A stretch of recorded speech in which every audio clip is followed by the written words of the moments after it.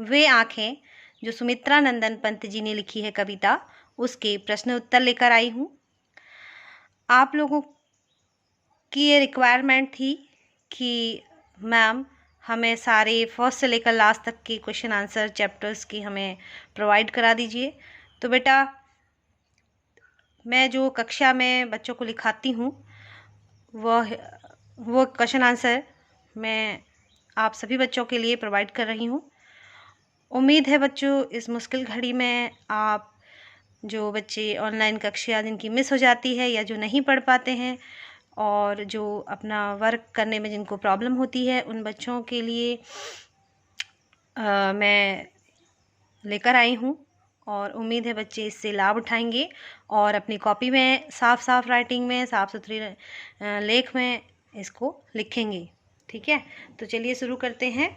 वे आंखें, इसका पहला प्रश्न है, देखिए, अंधकार की गुहा सरीखी उन आँखों से डरता है मन।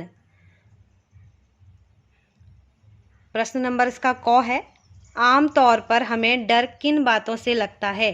ये यहाँ पर इन्होंने कविता की पंक्ति दी है, इसके प्रश्न हैं, देखिए, तो इसके आधार पर सारे प्रश्न हैं।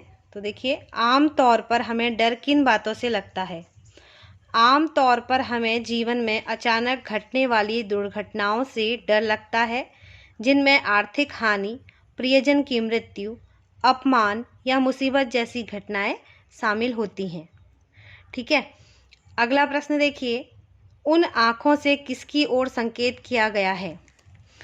तो आगे प्रश्न देखिए, उन आँखों से किसानों की दयनीय स्थिति की ओर संकेत किया गया है। आगे देखिए, नेक्स्ट क्वेश्चन, कवि को उन आँखों से डर क्यों लगता है। तो यहाँ क्या है, देखिए इसका उत्तर, डरते हुए भी कवि ने उस किसान की आँखों की पीड़ा का वर्णन किया है, जिससे कि अन्य लोगों को किसानों की वास्तविक स्थिति का पता चल सके। किसानों की जिस पीड़ा का अनुभव कवि ने किया है, उसे सभी महसूस कर सके। अगला प्रश्न देखिए, डरते हुए भी कवि ने उस किसान की आँखों की पीड़ा का वर्णन क्यों किया है।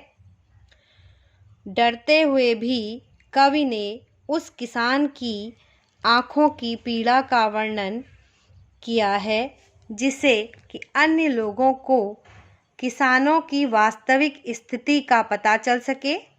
किसानों की जिस पीड़ा का अनुभव कवि ने किया है, उसे सभी महसूस कर सकें। ठीक है, अब यहाँ देखिए दूसरा प्रश्न, यदि कवि इन आँखों से नहीं डरता, क्या तब भी वह कविता लिखता। तो उसका उत्तर क्या है, देखिए, यदि कवि इन आँखों से नहीं डरता, तब भी वह कविता अवश्य लिखता, क्योंकि कविता लिखने के लिए भावों का होना जरूरी है।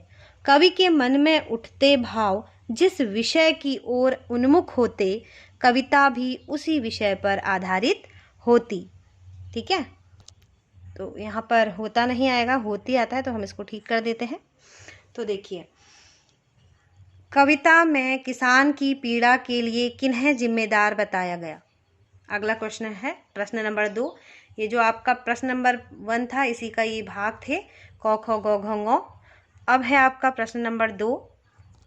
देखिए, कविता में किसान की पीड़ा के लिए किन्हें जिम्मेदार बताया गया है। कविता में किसान की पीड़ा के लिए शासक वर्ग, जिसमें महाजन, साहूकार तथा कोतवाल आदि आते हैं, को जिम्मेदार बताया गया है। महाजन ने अपने ऋण की वसूली के लिए किसान के घर, बैल, खेत, यहाँ तक कि उसकी गाय को भी नीलाम करवा दिया। साहूकार के कारिंदों ने किसान के बेटे की निर्मम हत्या कर दी। पत्नी भी दवा के अभाव में चल बसी। इस प्रकार इन सभी के अत्याचार किसान की पीड़ा के लिए जिम्मेदार हैं। अगला प्रश्न देखिए, पिछले सुख की स्मृति आँखों में क्षण भर एक चमक लाती है लाती में किन पिछले सुखों की ओर संकेत किया गया है। तो उसका उत्तर देखिए क्या है, उसके हरे भरे लहराते खेत थे। खेतों की हरियाली को देखकर उसका तन मन प्रसन्न हो जाया करता था। खेती करने के लिए पुष्ट बैलों की जोड़ी थी। पुष्ट यानी कि अच्छे सुडौल सुदृढ़। घर में दूध वाली सफ़ेद गाय थी, जो कि गाय दूध देती थी, और गाय का रंग जो था वो सफ़ेद था। ठीक है, उसका नाम उजली था, उजरी। नेक्स्ट पॉइंट उसका देखिए, क्वेश्चन नंबर 3 का। घर में सबका प्रेम पूर्वक जीवन यापन हो रहा था। ठीक है, तो ये जहाँ जहाँ मैं आता है आता है, यहाँ जो है ये अंक की मात्रा लगाना आप नहीं भूलें। जीवन यापन, ये यहाँ पर नहीं आएगा, जीवन यापन। ठीक है, अब देखिए अगला प्रश्न। संदर्भ सहित आशय स्पष्ट करें। उजरी उसके सिवा किसे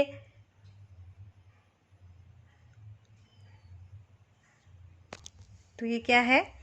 उजरी उसके सिवा किसे कब पास दुहाने आने देती, अर्थात वह केवल जो किसान था उसी को ही दोहने के लिए आने देती थी और किसी को नहीं।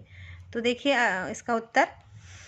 संदर्भ प्रस्तुत काव्यांश पाठ्य पुस्तक आरोह भाग 1 में पाठ्य पुस्तक भाग 1 में संकलित वे आँखों से लिया गया है, जिसके रचयिता सुमित्रा नंदन पंत है। आशय देखिए, किसान के पास उजरी नाम की गाय थी, जिसे किसान को अत्यधिक स्नेह था और वह भी किसान के अतिरिक्त किसी को भी दूध दुहने के लिए अपने पास आने नहीं देती थी। किसान के साथ साथ गाय भी दुखी थी। अगला प्रश्न देखिए। घर में विधवा रही पतोहू लक्ष्मी थी, यद्यपि पतिघातिन। अब इसका संदर्भ देखिए। ये प्रस्तुत काव्यांश पाठ्य पुस्तक आरोह में के वे आँखें से लिया गया है, जिसके रचयिता सुमित्रा नंदन पंत है। काव्यांश में महाजन के कारिंदों द्वारा किसान के जवान पुत्र की हत्या के उपरांत उसकी विधवा पुत्रवधू की स्थिति का वर्णन है।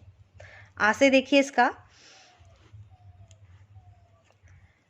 किसान के बेटे के मरने के पश्चात घर में विधवा रह गई। उसकी पुत्रवधू जो थी, किसान के बेटे के मरने के पश्चात घर में विधवा रह गई। इस कलंक के लगने तथा पति के विछोह को सहते हुए वह विधवा उस घर में लक्ष्मी के समान थी और कमाकर घर चला रही थी। अब देखिए, पिछले सुख की स्मृति आँखों में क्षण भर एक चमक। ये फिर डैश किया है, बाकी आप लिख लें, अपनी टेक्स्ट बुक से देखें प्रश्न। प्रस्तुत काव्यांश पाठ्य पुस्तक आरोह भाग 1 में संकलित वे आँखों से लिया गया है, जिसके रचयिता सुमित्रा नंदन पंत हैं। काव्यांश में अतीत की सुखद स्मृतियों, जहाँ जहाँ मैं है वहाँ आप अंक की मात्रा लगाना बिल्कुल भी नहीं भूलें। आँखें, ये जो बच्चे हैं ये इसी में ज़्यादा मिस्टेक करते हैं। काव्यांश में अतीत की सुखद, छोटे ओ की मात्रा लगेगी, सुखद स्मृतियों को दुख के कारण के रूप में परिवर्तित होते दिखाया गया है। ठीक है, अब इसका आशय देखिए। किसान अपने दीनहीन एवं विपदाओं से पूर्ण जीवन में कभी कभी उन क्षणों को याद करके खुश होता है जब वह अपने परिवार के साथ सुखी था। सुखद क्षणों को उसे वास्तविकता का अनुभव होता है, तो उसकी सुखद अनुभूतियाँ शीघ्र ही समाप्त हो जाती हैं। आधा पौ यहाँ पे आएगा, समाप्त हो जाती हैं, और उसका दुख तीखी नोक के समान उसके हृदय में चुभ जाता है। उसकी नजरें शून्य की ओर गड़ जाती हैं। शून्य की ओर, एक मात्रा आएगा ओर में, गड़ जाती है, वह निराश हो जाता है। तो बच्चों, हमारा यह जो वे आँखें चैप्टर था और उसके प्रश्न उत्तर यहीं पर समाप्त होते हैं। उम्मीद है आप सब बच्चों को ये पसंद आएगा और इससे आपको अपने वर्क को या अपने जो कार्य को करने में आसानी होगी। और बच्चों, अभी आप तक अगर आपने मेरे चैनल को सब्सक्राइब नहीं किया है तो उसको प्लीज़ लाइक, शेयर और सब्सक्राइब करें।